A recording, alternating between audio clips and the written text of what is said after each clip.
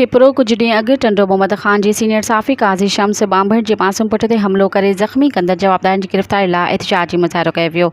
Main चौक ते क़ौम परस्तनि शहरिन ऐं साफ़िन ज़ाकिर शर, असद शाह, आज़ाद कुंबर, SDP जे हुसैन तर्क ऐं ॿियनि जी अॻवानी में रैली कढी एहतिजाजी मुज़ाहिरो कयो वियो। मुज़ाहिरीन चयो त टंडो मोहम्मद ख़ान जी सीनियर साफ़ी काज़ी शम्सुद्दीन बांभर मक़ामी मंशियात फ़रोशनि ख़िलाफ़ ख़बरूं हलायूं त उते जे मंशियात फ़रोशनि मछिड़जी साफ़ी काज़ी शम्स जे मासूम पुट शाहज़ेब ते क़ातिलाणो हमलो करे सख़्त तशद्दुद जो निशानो बणायो।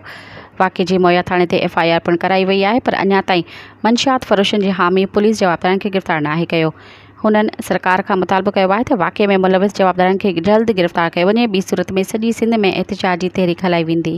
मज़ीद ख़बरनि ऐं तफ़सीलात लाइ विज़िट कयो असांजी वेबसाइट www.awamiNewsHD.com ऐं ॾिसंदा रहो अवामी न्यूज़ HD।